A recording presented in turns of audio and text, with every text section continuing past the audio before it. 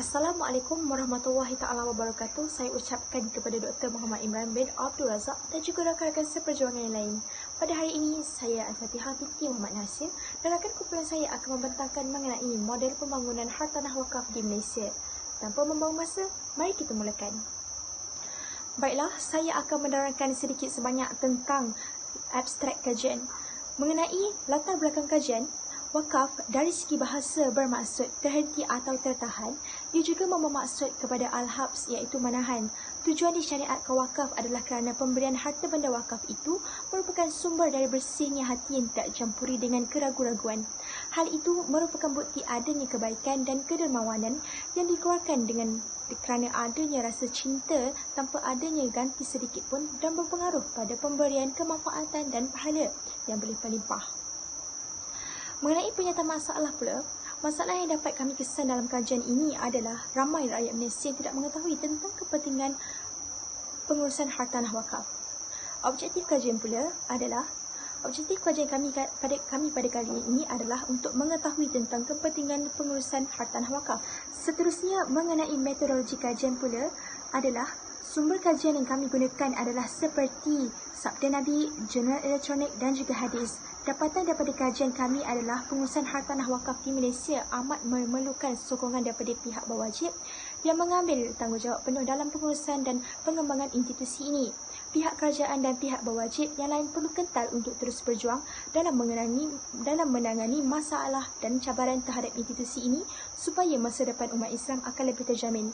Akhir sekali, mengenai cadangan pula, cadangan yang dapat kami cadangkan adalah mendapatkan dana yang mencukupi, menganalisis semula pangkalan data dengan tepat, meningkatkan tahap kesedaran dan kefahaman dalam diri masyarakat, dan akhir sekali adalah meningkatkan tenaga kepakaran. Untuk penerangan mengenai pendahuluan tentang kajian kami, saya serahkan kepada rakan saya. Sekian, terima kasih. Terima kasih kepada rakan saya, Ain Fatihah. Kemudian saya ingin menyambung bahagian seterusnya, iaitu definisi hartanah wakaf. Sebelum saya mulakan, nama saya Afrina binti Azilaluddin dari kelas AAP 115-3C. Definisi hartanah wakaf. Hartanah merupakan salah satu punca pengeluaran ekonomi yang penting bagi sesebuah negara, dan ianya juga merupakan anugerah istimewa Allah Subhanahu Wa Taala kepada manusia. Harta yang terdiri daripada tanah al-ard atau al-akar atau ghairul manqul atau harta ta'alih ialah hartanah dalam Islam. Hartanah merangkumi dengan segala sesuatu yang wujud dan berada di atas permukaan tanah. Kemudian setelah dirujuk dari Seksyen Kanun Tanah Negara 1965, ianya menyatakan bahawa konsep tanah meliputi beberapa perkara seperti yang berikut. Muka bumi dan semua benda yang berada di atas muka bumi seperti batu dan pasir, di bawah muka bumi dan semua benda yang terkandung di dalamnya seperti bahan galian, seterusnya semua tumbuhan yang berada di atas tanah seperti pokok, semua perkara yang melekat di atas tanah secara kekal seperti bangunan dan tanah yang diliputi air. Seterusnya, wakaf. Wakaf, perkataan yang berasal dari Arab, iaitu waqafa. Maksud dari segi bahasanya ialah terhenti atau menegah. Selain itu, ianya juga membawa maksud sebagai al-habs, iaitu menahan. Dari segi syarak pula, menahan harta benda seperti rumah, tanah atau lainnya di jalan Allah Subhanahu Wa Taala. Tujuannya adalah untuk menyumbangkan hasilnya kepada orang yang lebih memerlukan, dan wakaf juga boleh dimaksudkan dengan harta yang ditahan dan boleh digunakan tanpa kurang fizikalnya. Ianya dengan cara memberikan hak miliknya kepada pengguna yang harus dan wujud.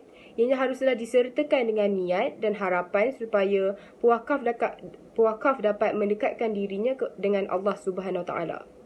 Pada waktu yang sama, terdapat pelbagai jenis pendapat tentang wakaf dan salah satunya adalah Abu Yusuf dan Muhammad dalam kitab Ta'rifat. Dan ianya membawa maksud wakaf adalah menahan benda dari dimiliki dan manfaatnya boleh disumbangkan.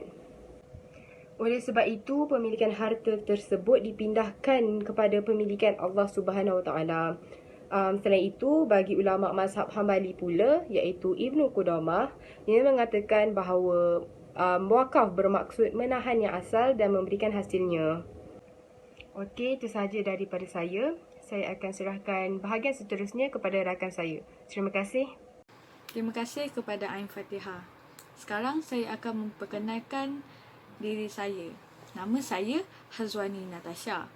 Sekarang saya akan menerangkan serba sedikit tentang jenis hartanah wakaf yang umumnya terdapat di Malaysia. Hartanah wakaf di Malaysia terbahagi kepada dua bahagian, iaitu wakaf am dan wakaf khas. Sekarang saya akan menerangkan dengan lebih terperinci tentang jenis wakaf ini. Pertama sekali ialah wakaf am. Wakaf am ini dimaksudkan dengan pewakaf yang ingin mewakafkan hartanya dengan tujuan bagi kebajikan Islam sahaja, tanpa ditentukan dengan tujuan yang khas atau spesifik. Wakaf am telah dibahagikan kepada dua bahagian lagi, iaitu harta yang fizikalnya bersifat ain serta harta tidak alih yang disebut akar. Maksud bagi harta yang fizikalnya bersifat ain ialah harta yang bersifat kekal seperti tanah ataupun bangunan-bangunan. Harta tak alih atau dikenali sebagai akar pula ialah tanah atau dengan lebih terperinci kepentingan di atasnya. Okey, sebagai contoh yang lebih jelas, bagi wakaf am ini ialah bila seorang itu mewakafkan hartanya untuk orang Islam bagi tujuan untuk kebajikan semata-mata dan beliau juga tidak meletakkan apa-apa syarat langsung bagi harta yang diwakafkannya. Jadi, pewakafan daripada bahagian ini boleh dilakukan atau diamalkan dengan beberapa perkara ataupun beberapa tujuan bagi kebajikan umum.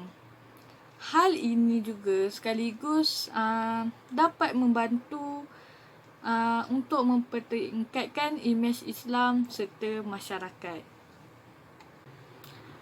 Okey, jadi seterusnya kita akan meneruskan kepada wakaf yang kedua, iaitu wakaf khas.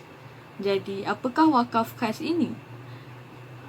Wakaf khas ini bersifat lebih khusus berbanding wakaf am kerana pada wakaf ini ia terdapat tujuan-tujuan yang tertentu. Dengan lebih spesifik lagi, dalam wakaf khas ini, seseorang pewakaf akan menetapkan tujuan manakah wakafnya perlu dilakukan terlebih dahulu, serta pewakaf juga perlu menetapkan kepada siapa wakafnya akan dibuat. Baiklah, sebagai contoh, pewakaf yang ingin mewakafkan tanah miliknya untuk dijadikan tanah perkuburan, ataupun pewakaf yang ingin mewakafkan tanahnya untuk membina rumah bagi orang-orang yang lebih memerlukan, seperti orang-orang gelandangan ataupun orang-orang tua. Jadi di sini terbukti bahawa pewakaf ini telah meletakkan spesifik, iaitu kepada orang yang memerlukan. Jadi itu saja daripada saya. Saya akan serahkan kepada Adrina Dania. Terima kasih. Okey, golongan yang patut diberikan tanah wakaf adalah kepada golongan kaum kerabat, fakir miskin yang berjihad ke jalan Allah, musafir yang tidak memiliki biaya untuk kembali ke tanah airnya. Seterusnya, pengurus yang menguruskan tanah air itu juga tiada halangan atau tiada masalah untuk beliau mengambil sebahagian daripada tanah itu dengan secara adil, tanpa menganggap tanah itu miliknya. Okey, seterusnya juga adalah tanah wakaf boleh diberikan untuk kegiatan Islam serta pembelajaran seperti musalah, madrasah, rumah anak yatim dan lain-lain.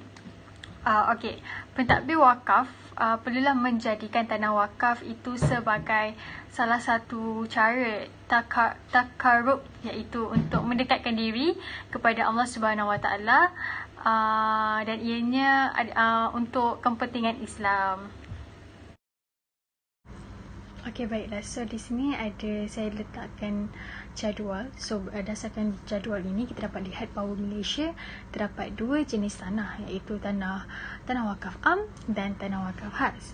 So bilangan tanah wakaf am adalah sebanyak 996 unit tanah dan luasnya 6925.17 hektar. So manakala wakaf khas pula terdapat sebanyak 4,744 unit dan tanah itu seluas 9825.93 hektar. Okey, so kita dapati bahawa jumlah keseluruhan wakaf am dan wakaf khas ialah sebanyak 111,413,889.85 sen.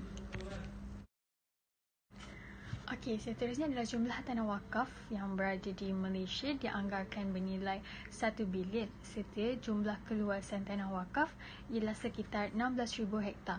Nilai tanah wakaf ini amat bernilai dan akan menjadi rugi apabila tidak ditadbir urus dengan betul.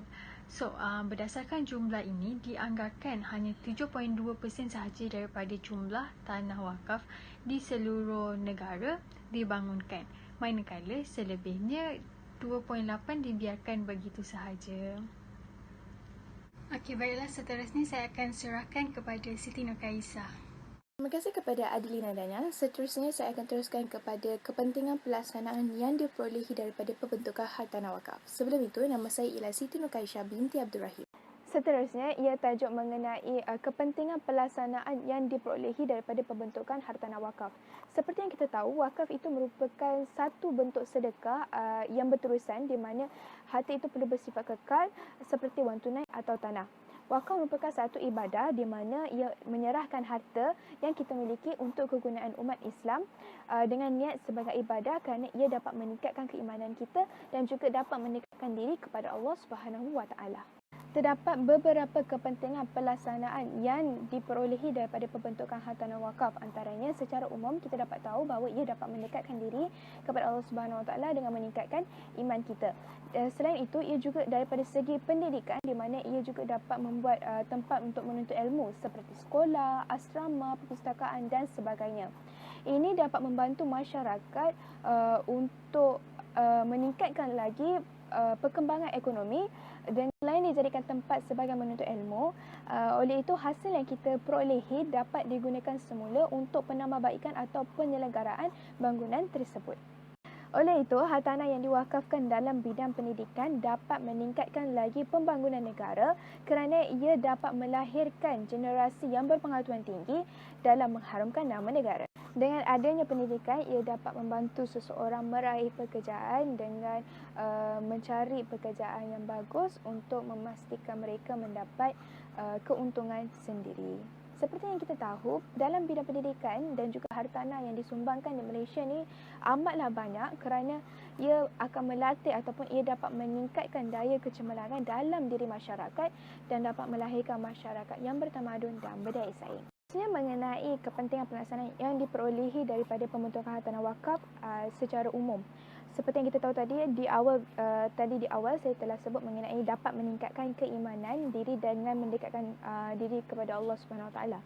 Seterusnya, kita perlulah belajar bahawa harta benda di dunia ni hanyalah sementara dan ia tidak kekal selamanya. Kerana kita kena tahu bahawa setiap harta yang ada pada kita ada juga pada orang lain. Maksudnya di sini, harta benda kita haruslah dikongsi dan dibahagi kepada orang-orang yang memerlukan, yang berada dalam kesusahan untuk meningkatkan lagi pembangunan manusia. Seterusnya ialah wakaf ini juga dapat mempereratkan lagi tali persaudaraan dan mencegah jurang sosial. Di mana apabila kita berwakaf, kita dapat kongsikan harta wakaf ini bersama dan dengan itu juga kita dapat mengeratkan lagi lagi hubungan kita dengan orang yang kita tidak kenal. Selain itu, kita dapat menambahkan kenalan yang baru. Seterusnya, wakaf juga dapat membantu kita untuk mendapatkan kehidupan akhirat yang lebih baik.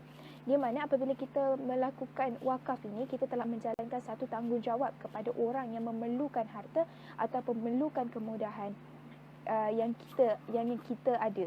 Jadinya ini akan dapat membantu kita untuk membantu orang yang berada dalam kesusahan. InsyaAllah kepada mereka yang melakukan kebaikan akan mendapat ganjaran pahala. Oleh itu, kita dapat simpulkan bahawa kepentingan pelaksanaan hartanah wakaf ini amatlah penting kerana ia dapat membantu pihak-pihak yang berkenaan dalam membangun dan mengembangkan harta wakaf. Seperti yang kita tahu, kepentingan pelaksanaan hartanah wakaf ini dia amat penting kerana dapat membantu pihak-pihak berkenaan. Selain itu juga, wakaf ini mempunyai nilai darjat yang tinggi. Jadi bagi pewakaf yang telah mewakafkan harta, mereka telah menunaikan tanggungjawab sosial kepada golongan masyarakat yang daif. Dan selain itu juga telah meningkatkan martabat dan syiar Islam. Bismillahirrahmanirrahim. Assalamualaikum warahmatullahi wabarakatuh. Terima kasih kepada Siti Nurkhaisa atas isi perbincangan di atas sebentar tadi. Jadi saya, Siti Uzama binti Cik Ahmad dari 3C akan meneruskan isi perbincangan seterusnya, iaitu isu permasalahan dan cabaran dalam pembangunan hartanah wakaf di Malaysia. Seperti mana yang kita tahu, fungsi utama Majlis Agama Islam Negeri Main adalah sebagai pemegang mandat tunggal bagi pengurusan harta wakaf yang telah didaftarkan di peringkat kerajaan negeri. Selain itu, ada juga beberapa institusi wakaf yang ditadbir sendiri. Jadi, mandat yang diberi adalah untuk memelihara harta wakaf serta zakat di Malaysia supaya harta tersebut tidak kosong usang terbiar jika warisnya sudah tiada, meninggal dunia ataupun hilang. Jadi, tibalah masa untuk kita lihat dari segi aspek isu, permasalahan dan cabaran yang ada dalam pembangunan hartanah wakaf di Malaysia. Seperti yang kita lihat dalam slide ini, ada 4 isu permasalahan dan cabaran dalam pembangunan hartanah wakaf di Malaysia. Jadi yang pertama adalah dana yang tidak mencukupi. Seperti mana yang kita tahu, dana adalah satu keperluan asas dalam sesuatu institusi wakaf. Jadi hal ini dapat mempengaruhi proses perancangan sesuatu projek. Misalnya institusi itu tidak mempunyai dana yang cukup, akan menjejaskan proses projek itu serta membantutkan kerja-kerja tersebut. Dalam institusi hartanah wakaf ini juga, ia memakan kos belanjawan yang besar dan tinggi untuk memastikan projek tersebut benar-benar siap dan sedia digunakan. Jika dana tersebut benar-benar cukup, ia akan dapat memastikan projek itu tidak mengambil peruntukan masa yang lama. Seterusnya adalah jurang dalam pangkalan data. Seperti mana yang kita tahu, sistem data yang sistematik itu bertujuan sebagai rujukan untuk kita lihat semula transaksi yang keluar dan masuk, serta pengurusan data yang baik dan cermat dapat melancarkan projek institusi yang sedang dalam pembinaan mahupun dirancang. Jadi, data maklumat yang ada kita perlulah jaga dengan rapi dan baik, serta kekurangan yang berlaku pada penyimpanan dapat memberi kesan negatif kepada institusi tersebut.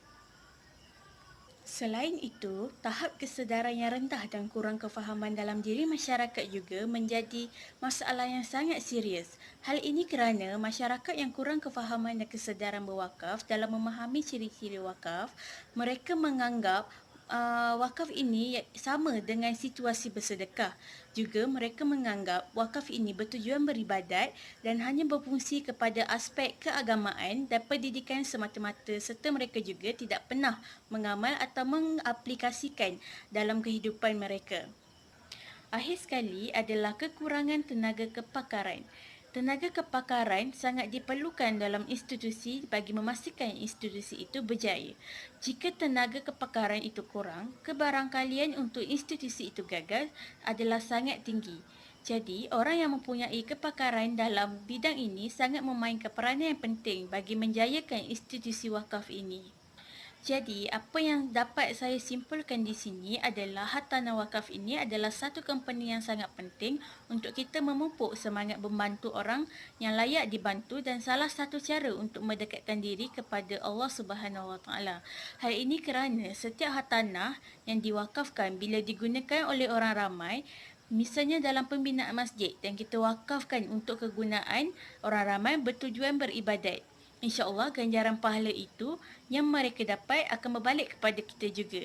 Jadi, walau bagaimanapun, masih ada lagi beberapa masalah yang perlu kita sama-sama hadapi dan membendungnya untuk terus menghapus atau mengurangkan masalah ini. Semestinya, setiap permasalahan mesti ada jalan penyelesaian yang boleh kita mengurangkan atau terus menghapus masalah ini dari pembangunan hartanah wakaf di Malaysia.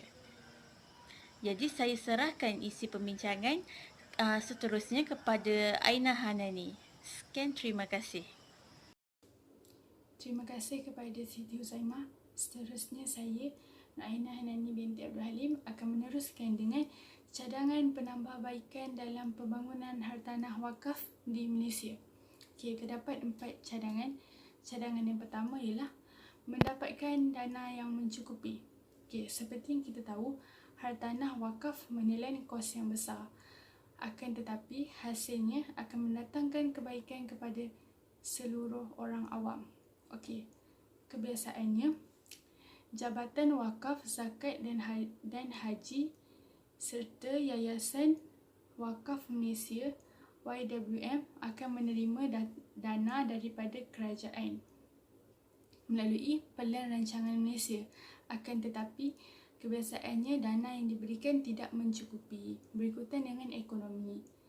Jadinya, cara yang terbaik ialah melakukan kutipan dana wakaf secara tunai berskala besar. Untuk melakukan cara ini, kita perlukan sokongan daripada bank. Sebagai contoh, Bank Islam. Hal ini akan memudahkan urusan orang awam untuk terus memberi sumbangan melalui akaun tanpa memerlukan proses yang panjang dan rumit. Okey, cara yang kedua ialah pemotongan gaji pekerja sektor kerajaan maupun swasta. Untuk melakukan cara ini, ia agak memerlukan proses yang panjang. Akan tetapi hasilnya lebih cepat dan konsisten. Okey, kenapa memerlukan proses yang panjang? Kerana sebelum usul yang dicadangkan memerlukan sokongan daripada banyak pihak. Dan seperti yang kita ketahui, tidak semua orang mampu untuk memberikan sumbangan melalui potongan gaji mereka. Terutamanya kepada golongan yang berpendapatan rendah. Okey. Cadangan yang kedua, menganalisis semua pangkalan data dengan tepat. Okey. Mengetatkan semula peraturan dan syarat untuk sesuatu proses pembangunan hartanah wakaf. Melalui cara ini, kita dapat mengenal pasti adakah hartanah wakaf itu digunakan untuk perkara yang baik ataupun tidak. Kita juga dapat mengetahui kerugian daripada sebuah projek yang dibangunkan di hartanah wakaf. Dengan cara itu, pihak berkuasa, autoriti seperti Jabatan Wakaf, Zakat dan Haji, Jawhar dan Yayasan Wakaf Malaysia boleh memperbaiki sistem dan kualiti mutu kerja mereka. Okey, cadangan yang keempat ialah meningkatkan tahap kesedaran dan kefahaman dalam diri masyarakat. Okey. Dengan cara mendedahkan hasil daripada hartanah wakaf. Sejujurnya, masyarakat pada zaman kini kurang didedahkan dengan hasil daripada hartanah wakaf. Hakikatnya, terdapat 3 buah hotel di Perak, Melaka dan Terengganu serta lebih 200 rumah kedai telah dibina di hartanah wakaf.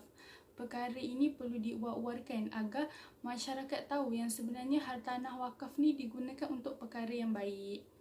Okey, cara yang kedua ialah agensi berautoriti kurang kelihatan melakukan tugas mereka. Disebabkan hal ini, masyarakat jadi kurang berminat terhadap hartanah wakaf. Pihak autoriti seharusnya melakukan atau menunjukkan yang mereka melakukan kerja agar orang ramai lebih tertarik kepada hartanah wakaf. Okey, cara cadangan yang terakhir ialah meningkatkan tenaga kepakaran. Kerjasama antara pihak pengurus wakaf dan sektor swasta perlu ditingkatkan agar memudahkan urusan hartanah wakaf tersebut diwakafkan. Okey, sebagai contoh, di Malaysia, statistik menunjukkan terdapat lebih daripada 33,000 hartanah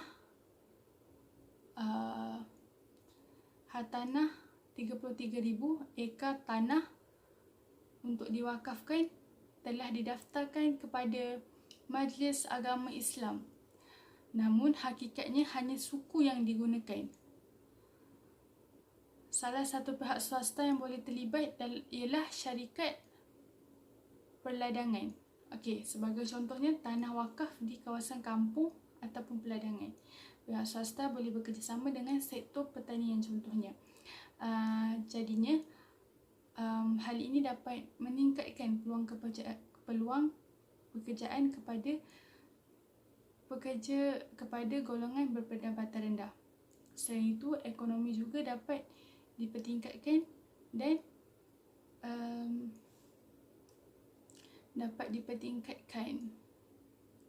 Okey, seterusnya, sektor kerajaan juga boleh bekerjasama untuk membina sekolah. Seperti yang kita tahu, sekolah merupakan institusi pendidikan yang amat penting untuk mendidik anak-anak muda menjadi manusia yang berguna kepada masyarakat, agama dan negara. Okey, itu sahaja daripada saya. Seterusnya, saya memberikan kepada Hasnisha untuk meneruskan dengan keperluan hartanah wakaf di Malaysia. Assalamualaikum warahmatullahi wabarakatuh. Nama saya Hasnisha binti Zulkifli dan saya akan membentangkan untuk sambungan model pembangunan hartanah wakaf di Malaysia, iaitu keperluan hartanah wakaf di Malaysia dan transformasinya. Untuk keperluan hartanah wakaf di Malaysia, wakaf kini telah menjadi elemen tumpuan masyarakat di Malaysia kerana banyak pendedahan kepentingan wakaf dan promosi yang dilakukan bagi menggalakkan masyarakat Islam mewakafkan harta mereka. Harta wakaf yang membangun bergantung kepada kreativiti dan inovasi pihak pengurusan wakaf untuk meneroka instrumen yang bersesuaian dengan prinsip dan hukum syarak bagi memajukan aset wakaf secara progresif. Lantaran itu, pembangunan wakaf haruslah sentiasa dilakukan secara berinovasi di Malaysia sehingga tidak wujud harta wakaf yang tidak dapat dimanfaatkan. Yang seterusnya, untuk aspek pembangunan wakaf di Malaysia terbahagi kepada 6 bahagian, iaitu yang pertama adalah untuk penyediaan pendidikan. Wakaf dalam aspek pendidikan di Malaysia amat banyak. Antaranya adalah wakaf pengajian pondok, wakaf pengajian madrasah, sekolah aliran Arab dan seumpamanya. Selain itu, antara contoh yang lain berasaskan dana wakaf adalah pembangunan pusat maklumat komuniti cyber dan perpustakaan Kolej Universiti Islam Selangor. Yang kedua adalah untuk menyediakan keperluan perumahan. Wakaf menjamin kelangsungan hidup dan meningkatkan kualiti hidup masyarakat di Malaysia. Masyarakat yang tidak mempunyai rumah akan mendapat perlindungan dengan dana wakaf. Sebagai contoh, projek perumahan berasaskan dana wakaf adalah projek Rumah Pangsa Al-Ihsan di Melaka dan Rumah Pangsa di atas tanah wakaf Kan Muhammad di Pulau Pinang. Yang ketiga adalah untuk penyediaan kemudahan kesihatan. Antara contoh kemudahan kesihatan yang telah disediakan melalui wakaf adalah Klinik Wakaf An-Nur di Johor, Rakayan Klinik Wakaf An-Nur di Negeri Sembilan, Selangor dan Sarawak. Selain itu, Hospital Wakaf An-Nur juga telah ditubuhkan di Johor. Yang keempat adalah untuk pembangunan tempat ibadah. Wakaf sangat sinonim dengan pembangunan masjid atau tempat ibadah. Contohnya, Masjid Tengku Kelana Jaya Petra dan Masjid An-Nur Tanjung Karang dibangunkan melalui dana saham wakaf Selangor.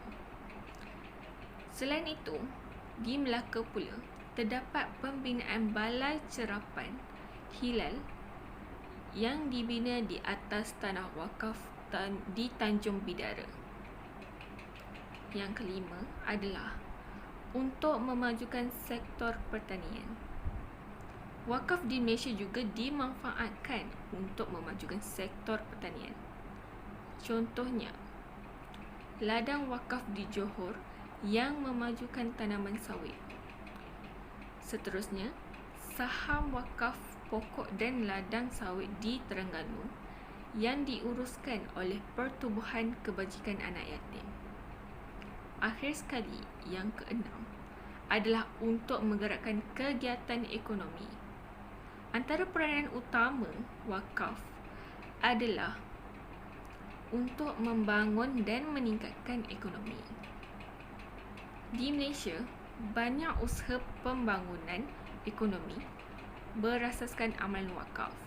Sebagai contoh, pembangunan kompleks dan bangunan-bangunan perniagaan melalui dana wakaf yang dilaksanakan di Kedah, Johor, Selangor, wilayah Persekutuan dan Pulau Pinang. Justeru, tidak dinafikan lagi bahawa amalan wakaf di Malaysia telah berkembang dengan baik. Untuk melihat inovasi pembangunan wakaf di Malaysia secara lebih terperinci, terdapat 3 aspek yang perlu dihuraikan. Yang pertama, pembangunan tanah wakaf melalui pelan yang strategi. Yang kedua, mempelbagaikan fungsi tanah dan bangunan wakaf.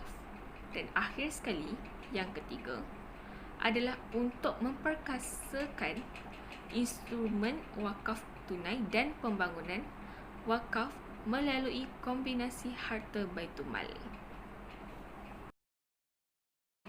Untuk transformasi harta wakaf di Malaysia, yang pertama adalah pembangunan wakaf melalui pelan yang strategik. Pelan yang strategik amat diperlukan dalam menguruskan dan membangunkan harta wakaf. Hal ini dapat mengelakkan daripada tanah wakaf menjadi terabai, tidak dapat dimanfaatkan dan berhadapan dengan risiko rugi yang tinggi. Perkara ini telah mendapat perhatian oleh pihak yang bertanggungjawab dalam menguruskan dan membangunkan harta wakaf.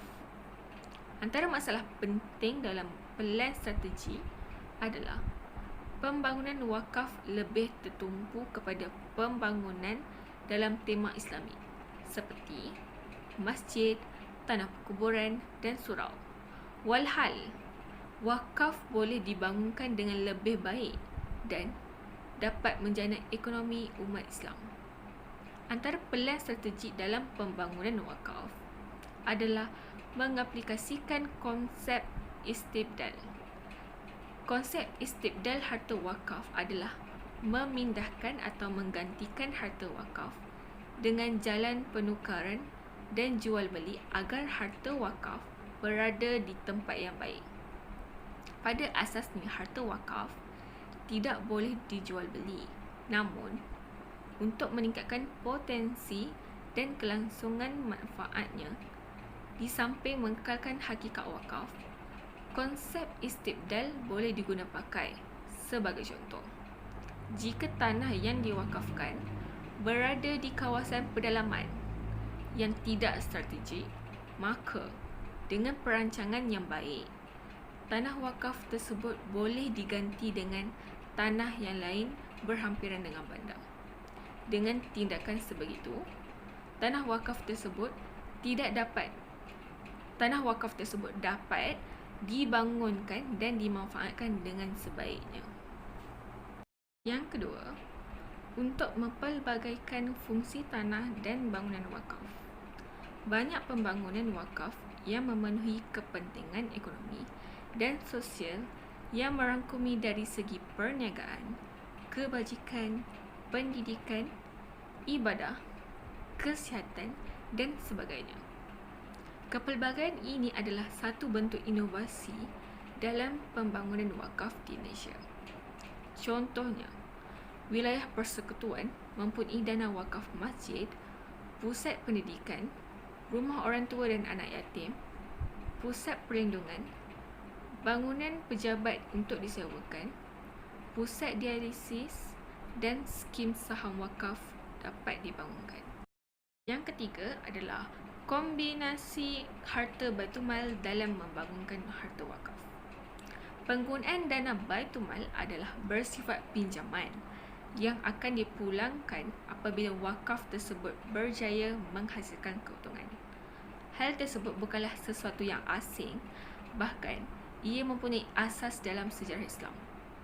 Al-Sarakhsi 1978 pernah menjelaskan mengenai proses pinjaman di dalam Baitumal, iaitu sekiranya ketua negara Islam memerlukan duit untuk membayar gaji tenteranya, namun dia mendapati tabung kharaj di dalam institusi Baitumal tidak mempunyai duit yang cukup bagi tujuan tersebut, maka ketua negara boleh membayar gaji tenteranya menggunakan duit zakat daripada tabung zakat. Namun, duit yang diambil daripada tabung zakat itu dianggap hutang yang perlu dibayar semula oleh tabung kharaj. Oleh itu, hal yang sama boleh dilaksanakan dalam sistem wakaf di mana tabung zakat dipinjam untuk membina kompleks perniagaan, rumah pelindung sebagai wakaf dan akan dipulangkan semula apabila wakaf-wakaf yang dibangunkan mempunyai pulangan. Perkara ini dapat mengelakkan daripada tugas-tugas wakaf diambil oleh zakat. Yang keempat adalah untuk permakasaan instrumen wakaf tunai. Wakaf tunai adalah salah satu instrumen wakaf yang menjadi amalan di Malaysia, selain daripada wakaf tanah dan bangunan. Aplikasi wakaf tunai sangat diperlukan dalam meningkatkan jumlah dana wakaf dan untuk membangunkan harta wakaf yang terbiar dan tidak aktif. Dengan wujudnya saham wakaf dalam realiti Malaysia hari ini, penggunaan wakaf tunai dapat dilihat berkembang dengan jayanya. Namun, beberapa instrumen wakaf tunai lain juga perlu diberi perhatian seperti sukuk, saham dan takaful. Hal ini adalah satu pendekatan yang penting dalam memperkasakan wakaf tunai di Malaysia. Terima kasih kepada Hasnisha atas pembentangan sebentar tadi. Saya, Nur Fakira binti Saimi, akan membentangkan tentang sumbangan pembangunan hartanah wakaf kepada masyarakat dan juga negara. Sumbangan pembangunan hartanah wakaf ini telah saya bahagikan kepada 4 aspek, iaitu kesihatan, pendidikan, pertanian dan juga sosial. Antara sumbangan yang dapat disenaraikan dari bentuk perkhidmatan kesihatan adalah dengan menubuhkan pusat kesihatan yang dapat membantu orang ramai, khususnya penduduk yang tinggal di kawasan pedalaman. Seperti yang dapat kita contohi, manfaat daripada projek pembangunan berbentuk kesihatan di negeri Johor telah membantu memberikan kemudahan rawatan dialisis kepada seramai 139 orang pesakit yang datang setiap bulan untuk mendapatkan rawatan yang lebih murah berbanding kos yang dikenakan oleh swasta. Secara tidak langsung, ia dapat mengurangkan beban kos hidup rakyat yang hanya bekerja sendiri atau kerja kampung. Di samping itu, dengan penubuhan pusat kesihatan ini telah memberi beberapa peluang pekerjaan untuk mengurangkan jumlah bilangan mereka yang menganggur. Seterusnya, sumbangan pembangunan hartanah wakaf ini telah memberi perubahan dan membantu dalam aspek pendidikan. Satu projek pembangunan wakaf pendidikan telah ditubuhkan bagi membantu golongan yang memerlukan seperti golongan asnaf. Antara bangunan yang telah dibina untuk pendidikan adalah Kompleks Pendidikan Al-Masyur, Pulau Pinang, Asrama Anak Yatim Al-Usta dan Macang, Kelantan, dan Asrama Pelajar Besut. Ini adalah antara bangunan yang dibina untuk memberi manfaat dan pendidikan kepada 2,120 orang pelajar dan guru. Golongan ini tidak mampu untuk menampung pembayaran yuran sekolah kerajaan, apatah lagi yuran sekolah swasta. Jadi, dengan pembangunan wakaf pendidikan ini sedikit sebanyak telah memberi ilmu untuk masyarakat dan juga meningkatkan taraf pendidikan mereka. Oleh itu, ia juga memberi peluang kepada mereka untuk melanjutkan pelajaran mereka ke peringkat yang lebih tinggi seperti universiti awam, universiti swasta, institut dan juga kolej, dan memberi peluang kepada mereka untuk mencuburi bidang yang mereka minati. Kemudian, hasil kerjasama dengan syarikat peladangan, tanah wakaf yang terbiar dan masih tidak diusahakan lagi telah diusahakan dengan pelbagai jenis pertanian. Tanah pertanian tersebut telah diusahakan oleh penduduk golongan B40. Projek ini telah membuka ruang dan peluang pekerjaan kepada golongan masyarakat dan secara tidak langsung dapat menambahkan isi pendapatan keluarga B40. Tanah yang diwakafkan tidak sahaja tertumpu kepada satu jenis pertanian, malah dibahagikan kepada beberapa jenis pertanian seperti contoh tanaman pokok kelapa sawit, getah dan juga beberapa jenis peternakan seperti ayam, ikan dan burung malik. Masyarakat kini begitu mahir dalam memikirkan tentang bagaimana untuk menghasilkan pertanian yang lebih maju. Sebagai contoh, peneroka-peneroka Felda telah meneroka beribu-ribu hektar tanah yang kini telah bertukar kepada kegiatan pelaburan di peringkat dunia maupun di peringkat antarabangsa dengan adanya Felda Global Venture (FGV). Akhir sekali, sumbangan pembangunan hartanah wakaf dari aspek sosial ialah pembangunan seperti masjid, surau dan juga aktiviti-aktiviti keagamaan. Usaha ini telah membantu segenap masyarakat bagi meningkatkan kerohanian dan juga menjalinkan hubungan erat antara masyarakat. Selain itu, ia juga dapat membuka ruang kepada generasi muda dan golongan yang memerlukan untuk terlibat sama dalam aktiviti keusahawanan bagi menyara kehidupan seharian. Projek seperti ini dapat menyumbang kepada peningkatan peluang pekerjaan, seterusnya meningkatkan tahap ekonomi negara pada masa yang akan datang. Kesannya, kewujudan wakaf korporat sebenarnya dapat menyediakan pelbagai fasilitas infrastruktur dan manfaat kepada masyarakat tanpa mengira asal-usul dan taraf hidup. Sekian saja pembentangan saya tentang sumbangan pembangunan hartanah wakaf kepada masyarakat setempat dan juga negara. Seterusnya, saya akan menyerahkan pembentangan saya kepada Nur Alia untuk beliau meneruskan pembentangannya tentang kesimpulan daripada tajuk yang kami peroleh. Sekian, terima kasih. Okey, nama saya Nur Alia binti Azhari dan saya akan sambung bahagian kesimpulan iaitu pengurusan wakaf di Malaysia amat memerlukan sokongan oleh pihak berwajib yang mengambil tanggungjawab penuh dalam pengurusan dan pengembangan institusi ini. Banyak cabaran serta tentangan yang dilalui sepanjang dalam membangunkan institusi wakaf. Wakaf adalah institusi yang amat diperlukan terutamanya untuk umat Islam bagi membangunkan ekonomi negara ini. Pada masa yang sama, ianya dapat memberi kebaikan dan dapat dirasai oleh generasi pada masa akan datang. Tambahan pula, mereka juga akan menyambung untuk menaik taraf serta membantu untuk meneruskan legasi wakaf di Malaysia ini. Jadi, untuk memantapkan lagi institusi ini, pihak kerajaan dan pihak berwajib yang lain perlu kental untuk terus berjuang dalam menangani permasalahan dan cabaran terhadap institusi ini supaya masa depan umat Islam akan lebih terjamin. Sekian, terima kasih.